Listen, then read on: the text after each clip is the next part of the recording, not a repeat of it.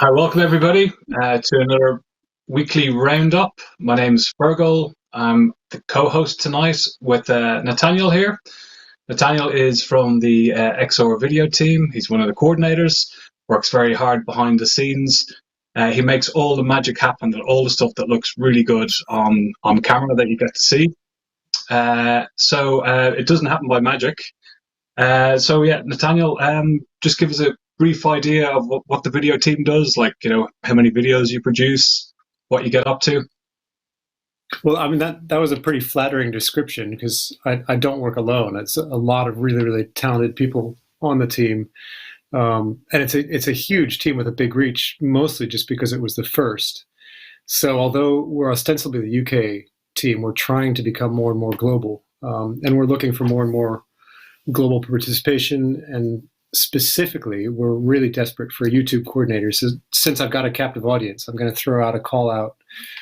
If there are any potential YouTube coordinators out there, please get in touch with the email that's in the description. That's our video team email. And that email is the best way to contact us for any kind of request. Since you wanted me to big us up a little bit, I think in the last year we've put out well over 200 films. I think the best film had over 1 million views. And as I said, we're becoming more and more international. So hopefully this is just the beginning. And you're an actual professional documentary director, filmmaker, stroke, you make TV programs. So everything that you do and your team does is of the highest quality. So yeah, it's pretty impressive stuff.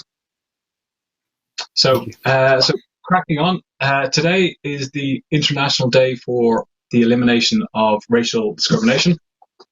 So a lot of people have been out on the streets today, which has been quite amazing.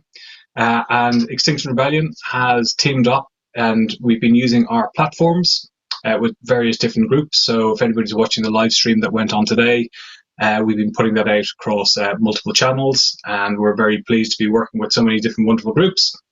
If we want to tackle the ecological and climate emergency, we have to stamp out racism. And work on social injustices that are actually happening. It's no good being a non-racist. We need everybody has to be actually anti-racist, to stamp this out. So, Nathaniel, over to you with climate news. Yeah, I mean, I should probably preface by saying that there's a reason that I'm usually behind the camera. This is very much a new thing for me. So please forgive me if I'm not on point. But we just had an interesting story come in this week at Stonehenge. It looks like a large coalition of people have gotten together to try and protect Stonehenge, which I didn't even know, but obviously I should have. It's a UNESCO World Heritage Site, and it's part of a really precious, fragile chalk landscape, grassland landscape. So this coalition of groups has gotten together because of a proposal for road and tunnel expansion in the area, which obviously would be incredibly detrimental to both Stonehenge and the environment. So that protest kicked off today, but I think you've actually got news of a victory from a similar protest. Is that right?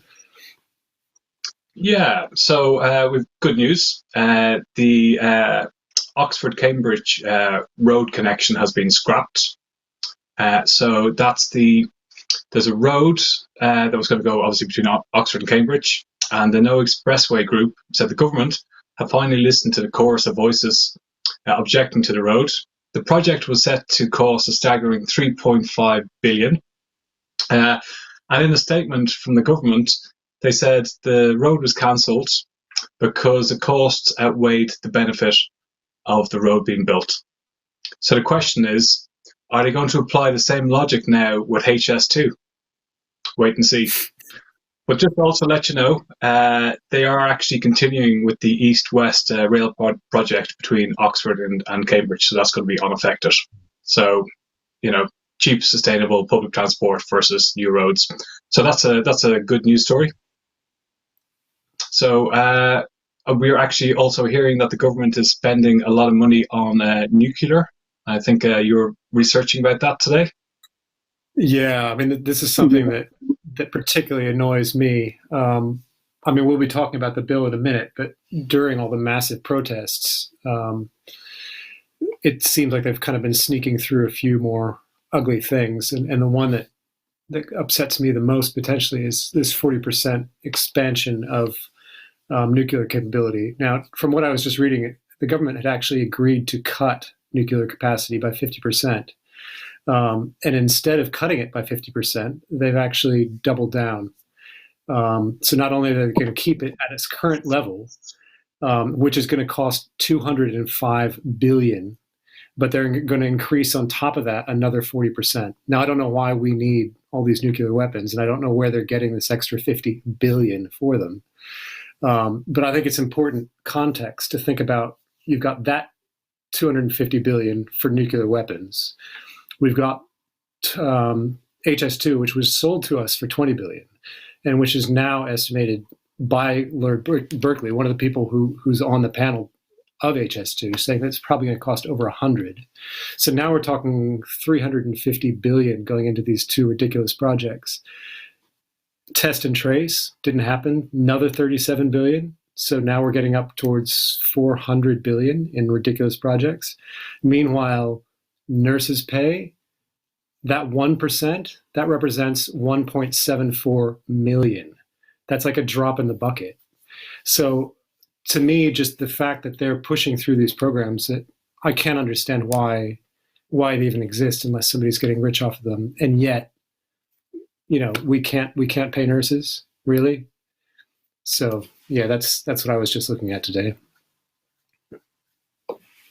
Well, what's actually worse is we saw last week, like the nurse getting arrested and getting fined £10,000 for protesting for a pay rise after everything they'd done in this pandemic.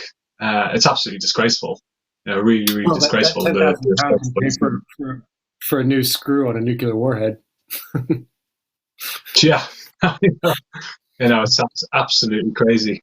So what this government is doing, even in terms of more of the news that was coming out is quite shocking, is the World Health Organization has now ran a report in the UK on the actual state of the air quality. So it's something that we keep on hearing about and then kind of disappears in the news, but it's a silent killer.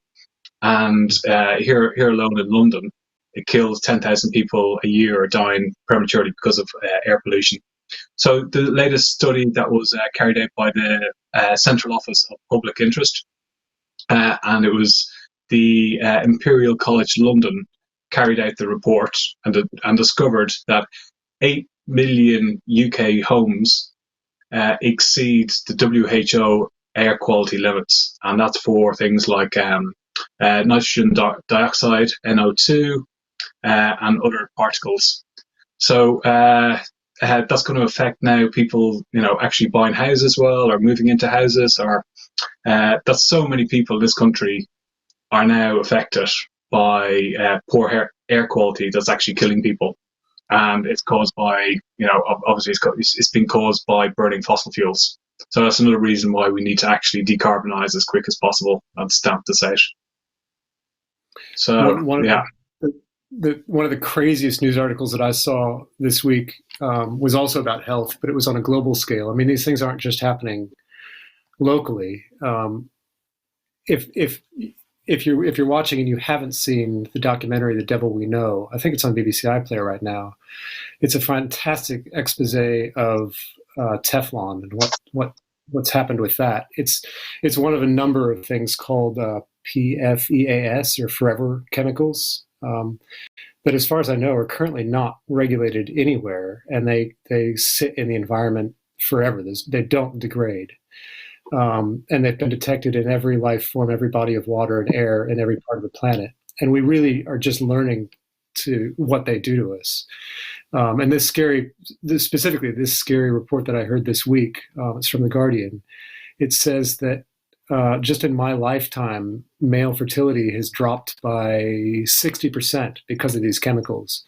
And that the people doing this study say that at this rate, by 2045, humans will not be able to bear children anymore. We will be completely infertile. And if I remember from the film correctly, the way that these chemicals affect humans are a fraction of how badly they affect animals. Like, every other animal on the planet is the canary in the coal mine. We're the last stage. So if they're affecting us this badly, then who knows what's happening to the rest of the ecosystem. So terrifying news.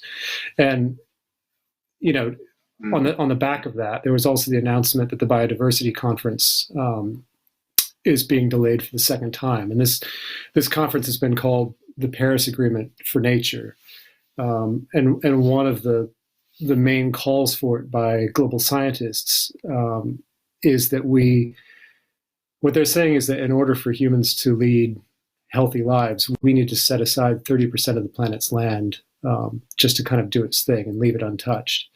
Clearly, we're not doing that, and that was one of the main points of this conference, which has been pushed back again. And one of the main consequences of what we're doing is the Nature Conservancy has put out a report saying that we stand to lose up to 50% of all species on the planet by 2050. So, you know, these are issues that we need to be sorting out right now, and yet the devices for taking care of them just seem to be pushing back indefinitely. So that not good news on that front. No. Actually, on that, I was listening to a podcast at walking the other day, and they said they're talking about like protecting habitats, and as you're saying, we have to increase 30%. So the 15% that we have at the moment, the money that goes into it is less than is spent by men on beard grooming products. So it's kind of like it's throwing out there the kind of the ludicrousy of like what we spend and what we value, and we actually are not valuing nature, you know, and this throwaway disposable society that we have, and our total disregard of everything, and it's just we're self-consuming ourselves, you know, at this alarming rate. That was a really interesting aspect of that report that I read, because it was saying that if we did set aside 30%, that we would actually be generating more income from that untouched land than if we developed it. So we're not talking about making a financial sacrifice to do this. I mean, we're doing something that saves our own health and generates income. So it's one more of those cases of why are we doing this? Why is this not happening? It's a win-win. You know, so yeah, absolutely shocking. It's a shame that, you know, that's been cancelled or delayed. So we need to really highlight like a lot more of these conferences. Speaking of news stories, Carbon Brief has come out with 2 articles this week. One that's been printed quite a lot by the UK government, and that's that we've reached 50% of our CO2 reduction targets, our greenhouse gas reduction targets. And I know this personally from working in decarbonisation and renewable energy. The first 50% that the UK government has got of reducing our CO2 emissions by the 1990 level is the easiest win. So we've done things like decarbonising, getting rid of coal. So coal is the dirtiest form of way of generating electrical power. And by phasing out coal and cleaning up industry has been the lion's share of actually decarbonising. That combined with offshore wind and renewables. So the renewable mix on the grid, electrical grid, has increased greatly.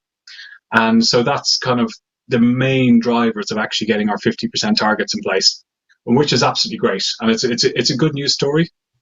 But when you start delving into it a bit more detail, it doesn't include international shipping and doesn't include international aviation. And it doesn't include our smartphones or anything that we buy. So yes, we've decarbonised by 50%. Lion's share of that is from decarbonising electricity.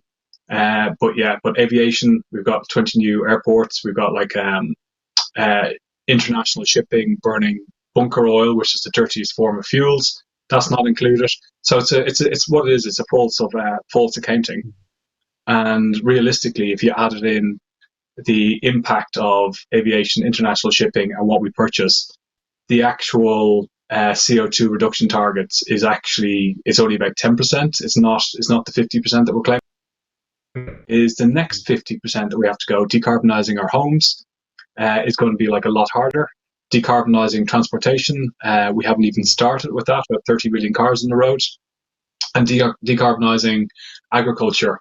So it was a good news story of, yes, this is what we've done, but it's not a true reflection of actually where we are. And the second report from Carbon Brief, I don't know, Vlad, if you got the image there, is delving into the science. So there's going to be a new report coming out on the sixth carbon budget. And this chart here is showing the different pathways. And this latest model, this climate model, is known as CMIP6. And what's this showing is it's showing all the different calculations that they have of where we are in terms of rising greenhouse gas emissions and the rise of global temperatures. And with the latest calculations, it's more the world is most likely to exceed our 1.5 degrees by 2026 or 2042. Okay, so 2026, as early as 2026, 5 years away, we could actually exceed 1.5 degrees, right? The central estimate being 2030 to 2032. So when you think about where our targets are and how much we have to reduce our CO2 emissions, it doesn't stack up. And then when we look at the higher bar here is a 2-degree threshold, right? And it's looking that we're most likely to exceed it by 2034 or 2052, with the median year of 2043. Okay, so this is the question. Why are we having targets of net zero by 2050 when the science, and science is always is very reluctant to be worst case scenario, when the science for the IPCC, and it's now the sixth carbon budget, is very clearly stating that we're actually going to be exceeding this safe threshold for human survival, planetary survival, by 2043. Okay, and you can't get any more warning than that. Net zero 2050 is far too late. So sobering thought. I mean, I don't know about you, but I see things like that, and it makes you feel so sick and so powerless. And one thing that did give me a little bit of heart today was seeing an action that was done by Jackie in Derbyshire, and I won't tell you too much about it. I think we should maybe just cut straight to the video. So the first thing I did, I was watching the David Attenborough films on the television and thinking, it was putting it very clearly how bad things was and what we've got to do something about it. And I just thought, what can I do? And the one thing I can do regular all the time is not bring plastic home. And so that's what I started doing. I went to my supermarket, I did my shopping, I took my own containers, and I put everything out the plastic into my containers and brought them home, and spoke to the manager before I came home and asked him what he was going to do about it, and would he make sure the head of office and whoever else needs to know that something needs doing, and to get on and do it, and encourage other people in the meantime not to take the plastic home, leave it in the supermarkets where it belongs. Thank you. I have to say one of the nicest parts of that conversation with her was hearing about the reactions, because even from the store management, the reaction was really positive. And I've done a lot of these sorts of things myself, and so have a lot of people in my group. And one thing that always strikes me is that we've never had a negative response. You go out and do these things which could be seen as aggressive, but at the end of the day, maybe it's just my bubble, you get this sense that the vast majority of people do get it and are on side, and that, we really are kind of at least socially winning this battle. I don't know if that's true or not. What the other thing is that there was another video I really wanted to show from France, because they've done huge actions along the same lines against their supermarkets in the last week. Very funny, very theatrical, but unfortunately the video came in too late and it wasn't translated, so you're just going to have to imagine it. And there was one other video I saw this week that really it made me laugh as well. That's and that was from Ireland. So I think you might know more about that than I do. Fergal, is it? We're talking about the No More Empty Promises XR yes, Cork. That's the one. Yeah. Okay. Well, it's funny, but also deadly serious at the same time in terms of brave action that was carried out by Orla, and she's 19 years old, and she wanted to do this in her last year as a teenager to make a very strong stand, and that she actually did. She's now in prison, and actually so is the cameraman Zach. He was actually arrested for the crime of filming the action. So we're this video is actually in front of the Department of Foreign Affairs office in Cork, and I'm just going to read out just exactly word for word what Orla said in her statement. We cannot avert extinction in our current state. We are divided, we are uninformed, and we are constantly being lied to and manipulated. I refuse to stand by and let this happen. I will raise the alarm no matter the cost, because I owe this. Those of us who are privileged owe this. As one of my last acts as a teen, I'm standing up for all that is sacred. Traumatized and anxious teenagers across the world who've been let down by the generations that have come before us. As a relatively privileged teen, I'm standing up to show what those of us with a privilege must do.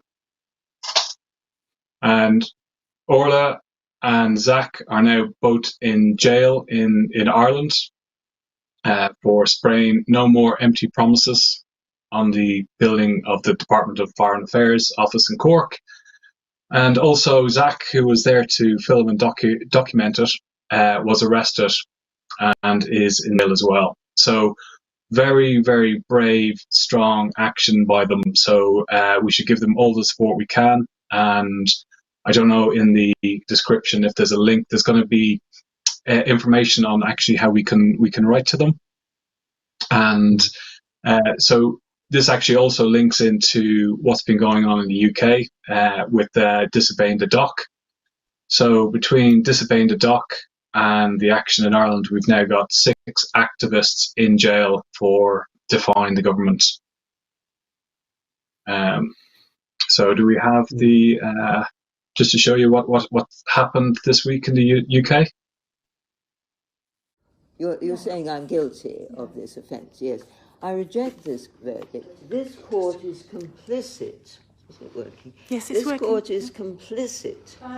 And this court is complicit with the government in action. And I am filming this because I am taking a further action against what the complicity of this court is with the government's inaction. I'm glued on here and I'm live streaming this so that you know that I am protesting at the complicity of this court. It's not me that's guilty, it's the government that's guilty. They are guilty of huge dereliction of duty, and all of us, all of you who have children, I don't have children, I do it for your children and your grandchildren, and it's no good pretending not to listen, because this is really important. Could I have my bundle back, by the way? Oh, apologies. Thank you. I've got a banana here that I could have, yes. There we go. That's a good idea. And Barbara gave me a banana and one of those nice chewy things. Yeah.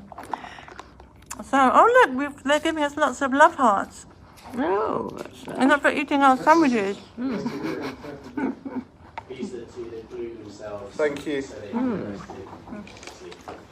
Hello? Hello. What's going on here? Hello. Hello. Yeah. What have you used to glue yourself to the table with? Super glue of Super some sort. glue. Okay. How long ago did you do that?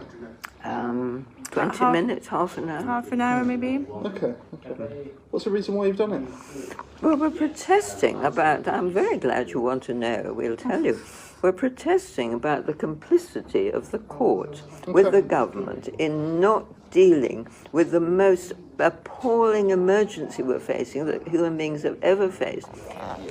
Right. They've told me they're taking my phone, so I'm going to turn this off.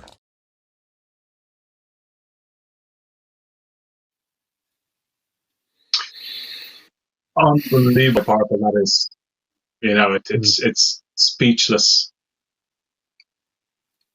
Yeah, there's nothing funny about it, is there? I've sat in that courtroom, and it's not pleasant under the best of circumstances.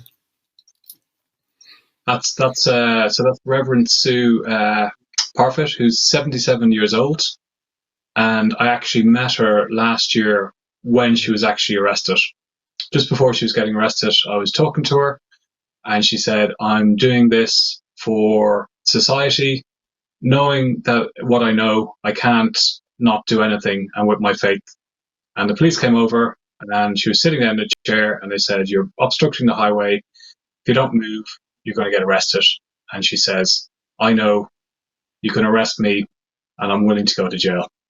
And now seeing this week her defiant action in the courts, gluing herself on, and very calmly explaining why she's doing it, and eating banana, being very cheerful, and with Ruth Jarman, it's very inspirational to see, but very, very powerful and very moving. And then Friday, we had Ben Buss and Reverend Tim Hewells, is that his name, appearing in the Magistrates' Court. So we've got some footage there as well. Vlad, please. We've got another film. Can you turn it off? I'm not turning it off because I'm in a total agreement. It's absolute madness. We cannot carry on like this. We must listen to the cry to stop this madness. And we should be listening to what the protesters are saying rather than stamping down on the voice. It's just so upsetting, Sarah. So upsetting. I just want to seeing all these protests just being dismissed. The courts are just dismissing defence of necessity and finding everyone guilty. And so they are complicit. We should. At the moment, you're going to be arrested for contempt of court. Yes, because I can't.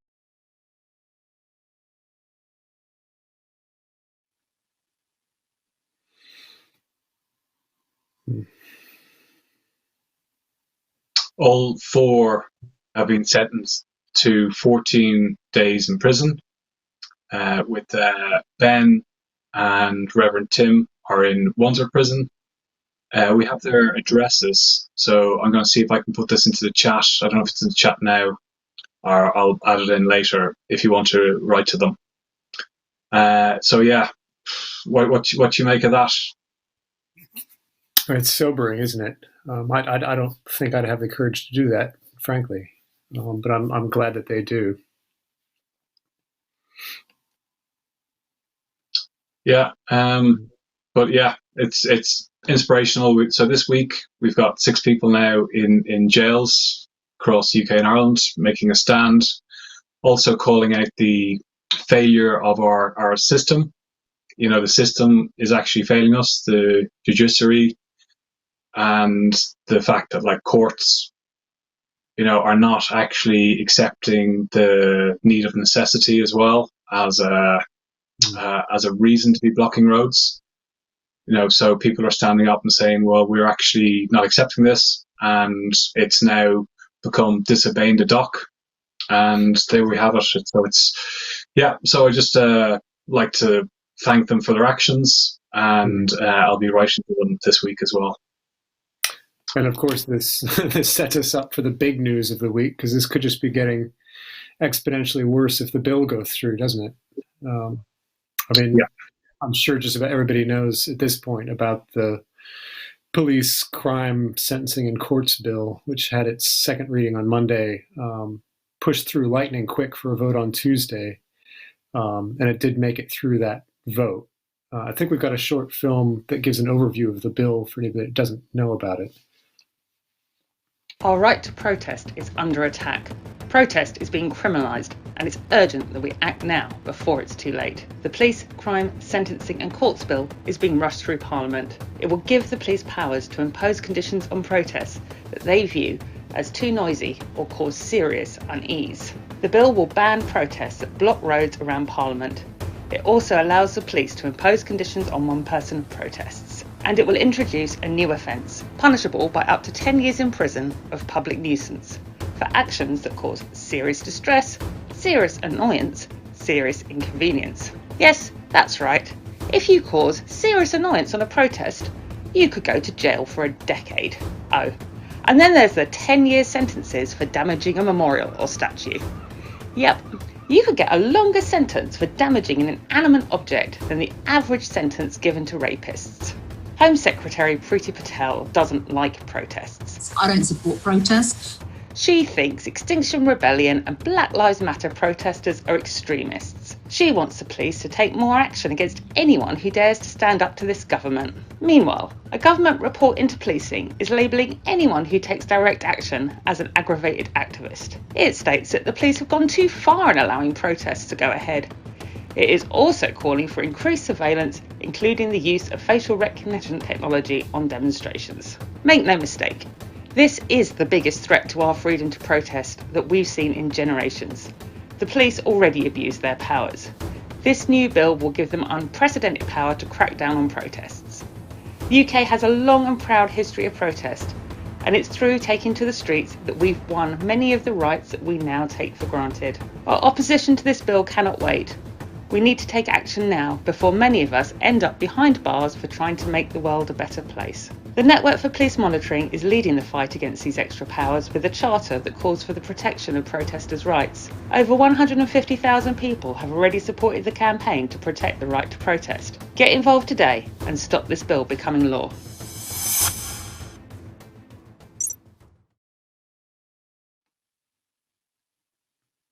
That was a pretty good quick summary. So it'd be interesting to hear what different political parties have said and different politicians.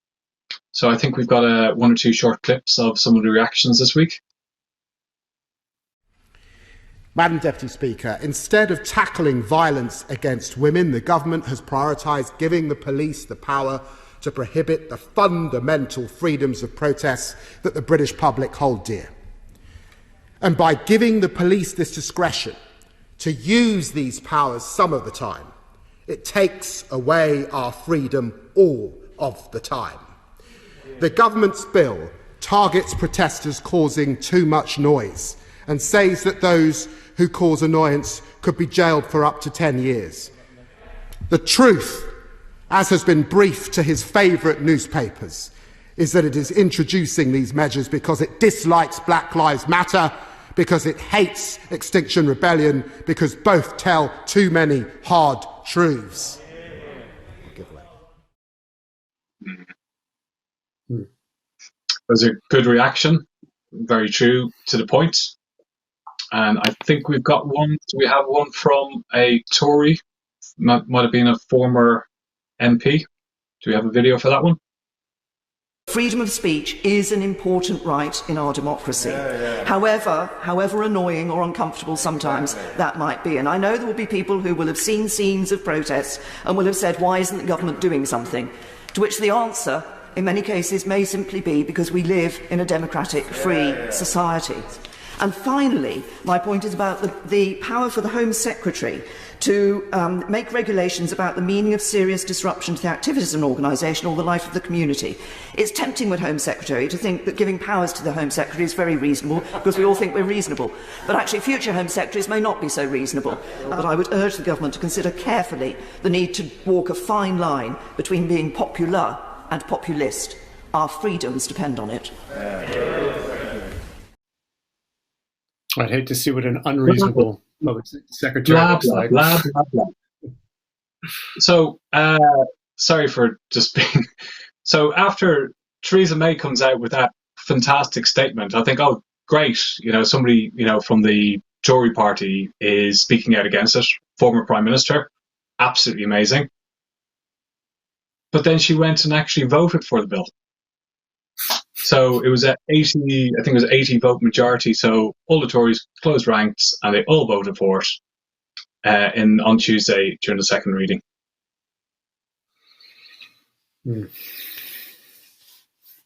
So yeah, so that's that's what we're up against. What do you think of that? Argument for citizens' assemblies, isn't it? No, absolutely. That's why the citizens' assemblies. I mean, I wasn't following the political side quite so much. What I was seeing much more of was the public response, and I was really struck by how wide and how fast it was. I mean, just all over the country, not just in London, and lots of different groups that are, in some cases, pretty uneasy bedfellows. Everybody united against this. It was impressive to see. I was at the London protest briefly on Monday before it kind of started, and it was quiet and small. But then on Tuesday, after deciding I wasn't going to go, I dropped into actually your live stream, Fergal, and I just caught the tail end of an interview that you'd been doing with one of the protesters, and I found it so inspiring that I wanted to share a little clip from it. And I just want to preface this by saying I only had a couple minutes to edit this together, so this is no way representative of how good this piece was. I mean, it was really, really moving, and I hope this is not the first time that we see Terrell, I think it is, on screen. But yeah, if we've got that clip. I grew up, with grandparents who had to fight against this type of behavior coming over to this country. It makes me emotional, I'm not going to lie, because it's just like, what do we have to give to the kids in the future? Really and truly, what do we really have to give to them? Because all we have is stories of pain. We have stories of triumph, but our triumph is never as outrageously brought out as much as our trauma. Every day I go online, someone's posting a video of this person being hurt, that person being hurt. Every day I'm being traumatized seeing my people suffer. So what we need to do is figure out how in God's green one, human rights can just be snatched so easily by someone by the flick of a pen. By the flick of a pen, she could change everything. By the flick of a pen. It's the gravity of it. That is what I want to stress, because it affects all, not just a select few. Even though they're targeting a select few, it targets everyone that wants to protest. And so, I saw a bit more of that, and I was so inspired that despite plans for dinner, I hopped on my bike and cycled down to join the protest. And what I saw was not what I expected. It appeared, when I'd first gone down, it had been very small and peaceful. But when I went back Tuesday night, it looked really chaotic. And it also looked kind of borderline violent. I was very surprised by that. But Fergal, I know you probably spent 5-6 hours in these protests. What's your sense of the kind of coalition that's fighting this? Yeah, there was definitely a feeling of tension, and feeling of anger and outrage of the situation, and from being to so many Extinction Rebellion protests, and all of them are non-violent direct action. Everybody's trained into holding up to your emotions and not kind of getting drawn into the situation. So this seemed a lot more sporadic. There was so many different groups there that had all come together, and it was just definitely kind of a feeling of anger at the system, at the government. And luckily, it didn't kind of manifest itself into anything else. But I think it was just a reflection of how much outrage there is of actually having a bill coming in that's actually affecting so many different groups. But on the plus side, it's got us talking to lots of different organisations and groups and coming together. And there's been a letter that was signed, I think Monday or Tuesday. Extinction Rebellion put it together with Black Lives Matter, and I think over 100 people or different groups had signed up by Monday. I think now it's over 120 different groups, and it's open for individuals, and it's growing. And what it's really showing it's this movement.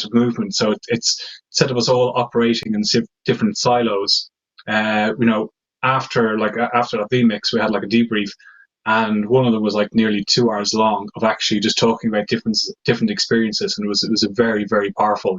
So out of chaos comes some beautiful scenarios, and we've seen that.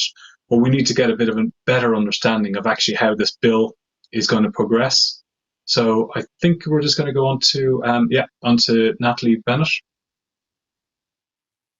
So I'd just like to introduce our very special guest tonight, Baroness Natalie Bennett, former leader of the Green Party, journalist, and now only the second Green peer ever in the House of Lords. Welcome, and thank you very much for joining us tonight. Thank you very much. It's lovely to be back with XR, and that's Natalie is the title that I go by.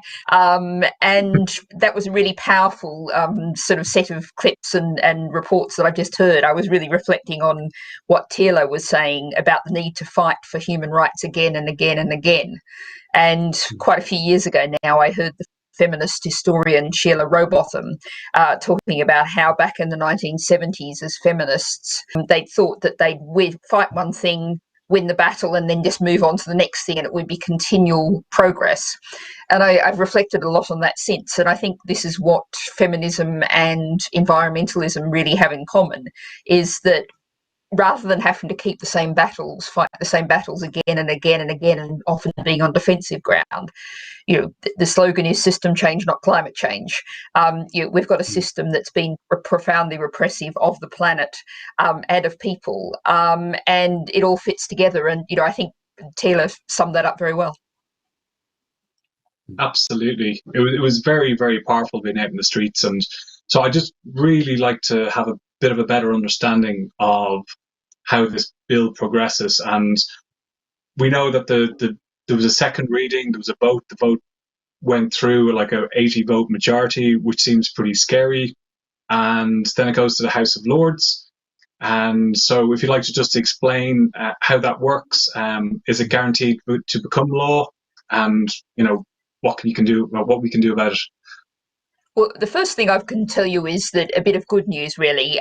What the government was threatening to do, because it won't immediately come to us. The second reading is kind of the initial stage where people get to speak and there's the first vote on progressing it. What happens after that is you then have the committee and report stages in the Commons, which is when people would be putting down amendments to change it. And it's not until it's been through that it would then come to the House of Lords. Now, what the government was threatening to do was to actually ram it through those committee and report stages through the Commons in an astonishingly short period of time. That would normally be something a matter of months at least. But now they're saying they're not going to do that. And of course, one of the things about our system is essentially the government has control of what's going to happen in both houses. And so we've always, you never know when you might be ambushed, things might be happening. But I think now we're in a situation where we're not likely to see this bill progressing for at least a couple of months. We're going to see a prorogation of Parliament.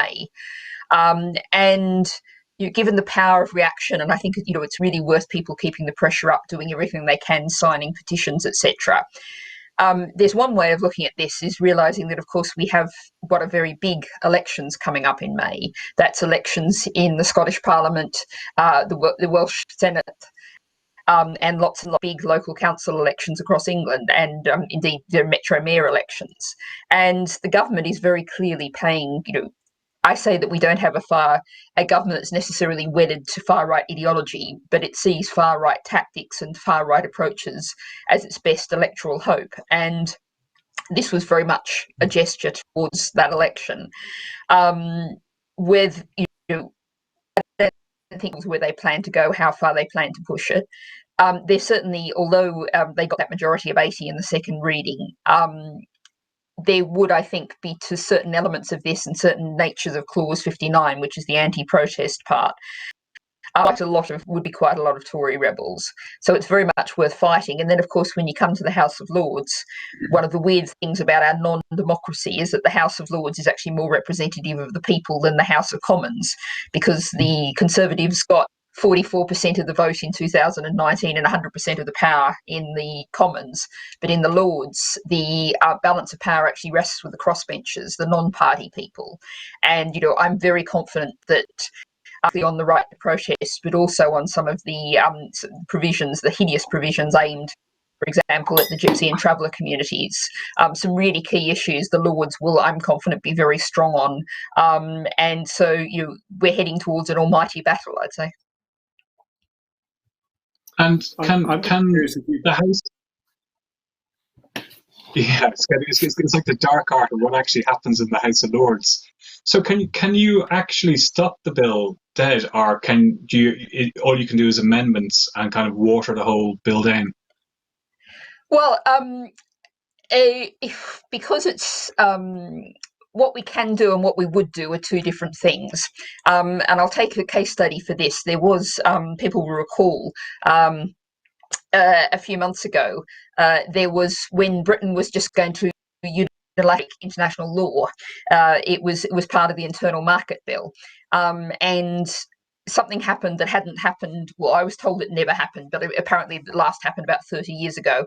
Part 5 of that bill, which was the part of the Internal Market Bill that was actually going to break international law, it was actually the leader of the crossbenchers, a former High Court judge, who normally what happens is we have two stages. There's committee stage and report stage. And at committee stage, people put down amendments and then they withdraw them, and the votes actually happen in report stage. But the leader of the crossbenchers, former judge, down in committee stage, something that the entire Part 5, the entire breaking of international law under the Internal Market Bill, and the House voted for it.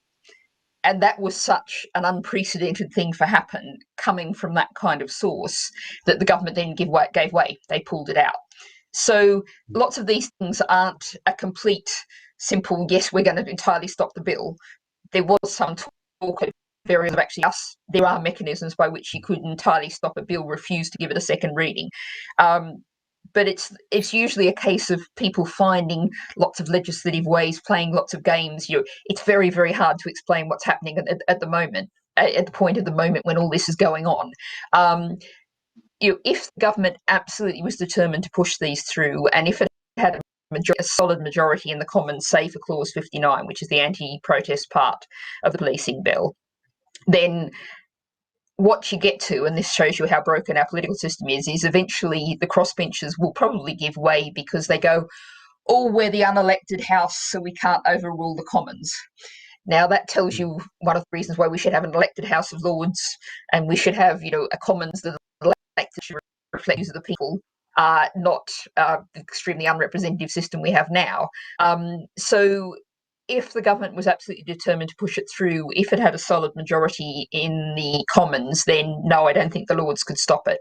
Ultimately, a lot would come down to, and if you've got a Tory MP, particularly a Tory MP who's likely to be a waverer, I'd start lobbying them now, pushing them now, pointing out what, send them a link of what's read, because sure, on those Tories, the potentially wavering Tories in the Commons really will be the crucial thing if the government decides to push it right to the point.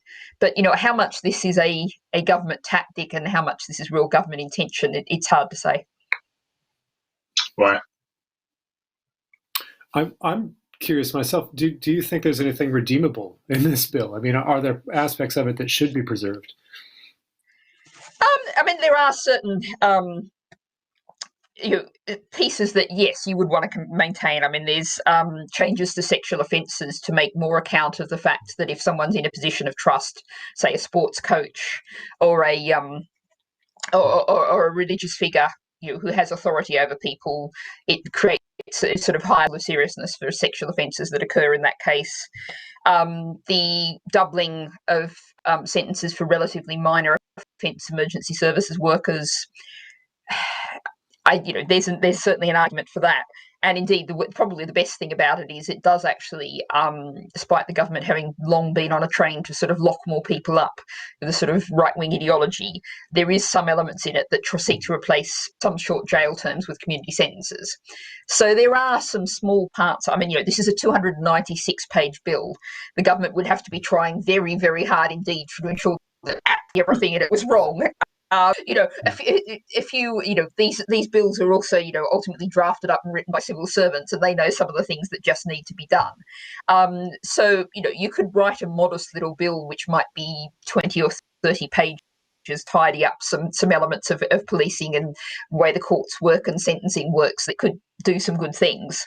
But there's so many other things in this that are really concerning, particularly new powers about stop and search, which is something, we're talking on an International Anti-Racism Day. Stop and search has been used in a highly racist way.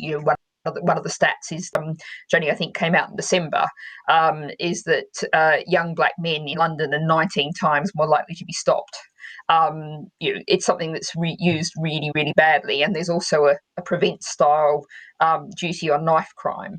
And we probably haven't got time to go into all the problems with the approach of prevent, but it's based on a kind of demonising of communities, something that doesn't work with communities, doesn't work with parents, but really makes people extremely fearful, makes people shut down, feel like they can't talk about things. And taking that approach into knife crime is clearly not the right direction to head. Wow.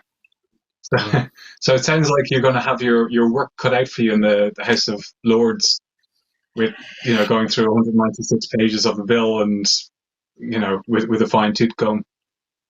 Well, we're used to that. I mean, at the moment, I've just been running 3 bills, which was the domestic abuse bill, and I always like to focus on positive things. And the domestic abuse bill is overwhelmingly a positive bill that the House of Lords has actually been able to significantly improve, and this is something that people have been for years and years. And it puts fully into statute the understanding that we used to talk about domestic violence. We need to talk about domestic abuse more broadly. One of the things, for example, that we won in the House of Lords was the creation of a new offence of non-fatal strangulation and suffocation, which is something that campaigners have been calling for ages, and the government eventually started saying, oh, we'll do it, but this isn't the right bill to do it in. And eventually the pressure in the House of Lords was sufficient to actually make them bring it in this bill. And if you look at the case, New Zealand brought that in a few years ago, and based on the figures of the experience of New Zealand, that's tens of thousands of victims, mostly women, who potentially will have protection under the law that they wouldn't have had before through doing that. So there's lots of good thing. House of Lords, I think I've got counting this up now, but I think we've actually sent 9 amendments. The government had already given way on 6 or 8 things, and we've now sent 9 amendments on this back to the Commons for the Commons to consider again. And I'm not expecting some of those to get through, but some of them are really important things about people with no recourse to public funds having full access to all of the support they need if they're victims of domestic abuse. So there's some really good stuff being written into it. But I've been doing domestic abuse. I'm also, for my sins, doing the Financial Services Bill and the National Security and Investment Bill. And these are really important bills. Sorry, speaking of bills, because you're such an expert, I just have to ask you, on the Climate and Ecological Emergency Bill has now got support, cross-party support of over 100 MPs. What can the House of Lords do to support it? Or we're trying to really kind of push it out there, because it's now the upgrade for the we actually need to have an upgrade, and we need to bring ecocide laws into place and get more powers for citizens' assemblies. So what can we do to promote the Ecological Emergency Bill, Climate and Ecological Emergency Bill, or Yep. Well, what I would say to people listening to this is very much keep pushing it, very much keep highlighting it, keep lobbying your MP if they haven't signed it or backed it already. In terms of what can happen in the House of Lords, well, like the Commons, we've not had private members' bills being able to come forward. I actually had a meeting with the Climate and Ecological Emergency Bill people, the organising people for it, a couple of weeks ago. And I think I might just keep my powder dry on this one, just in case anyone from the government's watching. But watch this space. I'm not guaranteeing it's going to be possible, but I'm working on it. And certainly, we will have a prorogation of the Parliament in May, and then we'll be going around with a new cycle of Prime Minister's bills. So actually look and see what we can do with that. But there's certainly a lot of awareness. And one of the interesting things in the House of Lords is we've now got Peers for Planet, which is an organisation with some quite decent amount of funding, and 130 peers have now signed up to it. And it's interesting because it's what they're aiming to do is attract people to focus particularly on the climate emergency, but also the nature crisis. And they're bringing in quite a lot of peers who've never really thought about these issues before. So it's quite a political spread, and the level of understanding and kind of how far people are prepared to go reflects a very broad range. But it is a very useful organisation to have in the Lords, the Peers for Planet, and we've got some really good staff doing some great work and spreading education and knowledge in the Lords. So that's another really positive thing that's happening. Right. Well, sounds great. It's good to know that we've got people like you representing us in the unelected House of Lords. So we're gonna be wrapping up very soon. So I'd just like to thank you for joining us on such short notice. And also, I find it quite funny that you're talking about unelected House of Lords, and if we did, then you'd be voting yourself out of a job. First thing I did was, after I made my maiden speech, was took my my private members bill, which is the elections and other reforms to the House of Lords bill, up to the bill office. Yeah, I'm trying to abolish my own job as soon as possible. Yeah, I think we all are. And anything to add before we sign off?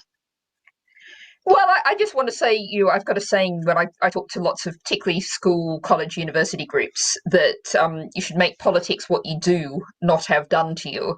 And, so I want to say thank you to everyone out there who's listening tonight, who's doing politics.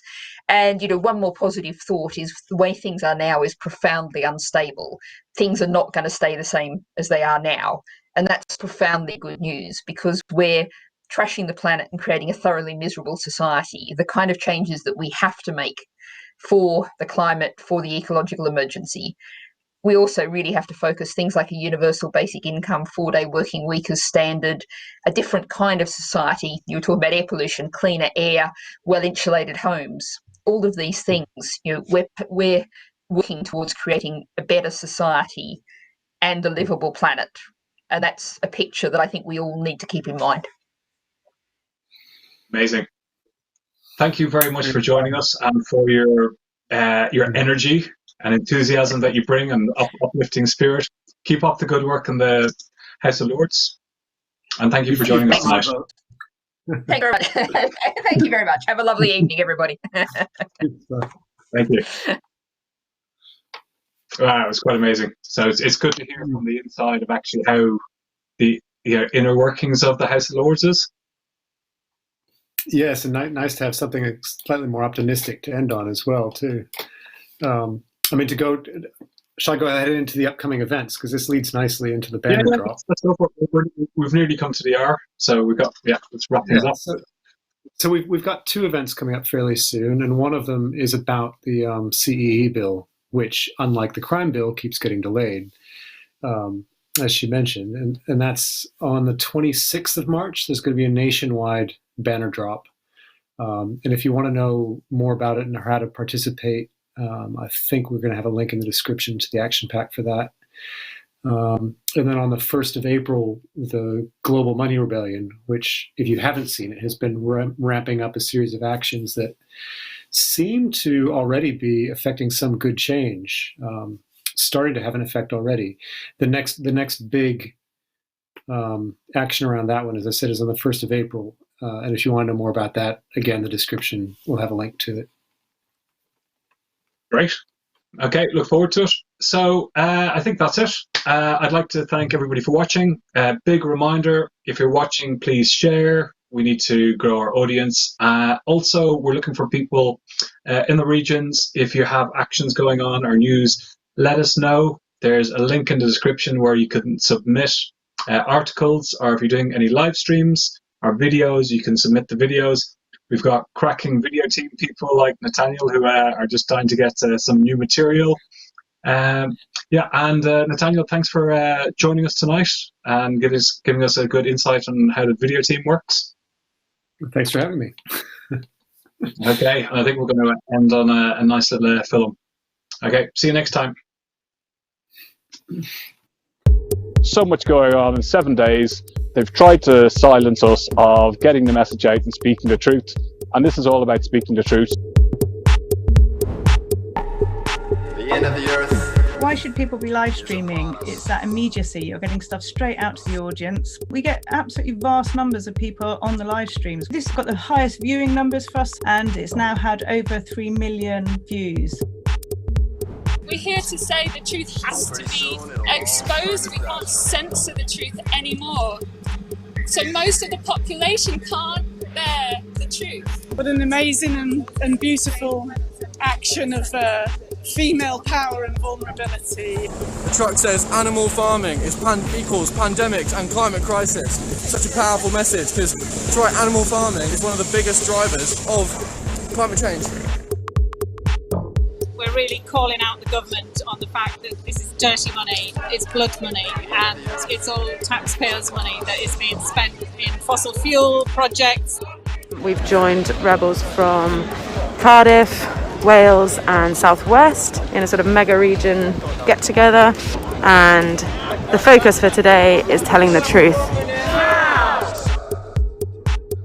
And you're live on Extinction Rebellion. Could you explain what you're doing? We want to wake people up and let people know that the government are hugely accountable for this. And they have glued their hands to the windows. So, how old are you, please? I'm 92. Be gentle with him. I'm Dan, I'm a bin man, and I think HS2 is going to ruin our beautiful countryside. Henry out. To a place that We need to act now against a government that is implicit in destroying our futures. It's terrifying. We weren't allowed to leave, and I raised this with an inspector, and he said, "Oh, the decision changed." And I asked him to repeat it. I've got it on film as well. Act like your house is on fire, because it is. Those that carry a greater historical burden should do more. So the goal here is to leave no one falling short on the essentials of life in the hole in the middle of that donut. I'm going to hold this up slowly so you can see it over the wall. These people are literally putting their lives on the line, and unfortunately that's what it takes to stop such a ridiculous project like this. They actually signed this into law that the fracking on American soil was exempt. At this moment in time, you're under arrest for obstruction of the highway. Okay, I'm going to sign off. Thanks for everybody for watching. Which is a collaboration between XRU, UKSCN. We will be the ones to suffer for your profit. We will pay the price for your inaction. And yet we are the ones who are out here. The beginning of this so-called modern age of the Anthropocene began with the dispossession of the first people. We were found here by colonizers, we were found here by slave traders. Please do not destroy our water in the Okavango Delta. This is where the climate talks are. I am scared. Everything that I love is in severe danger. If we don't face this, if we don't work together, we're potentially looking at the deaths of billions. I'm willing to do anything. This is our world. This is history. This is everything we know.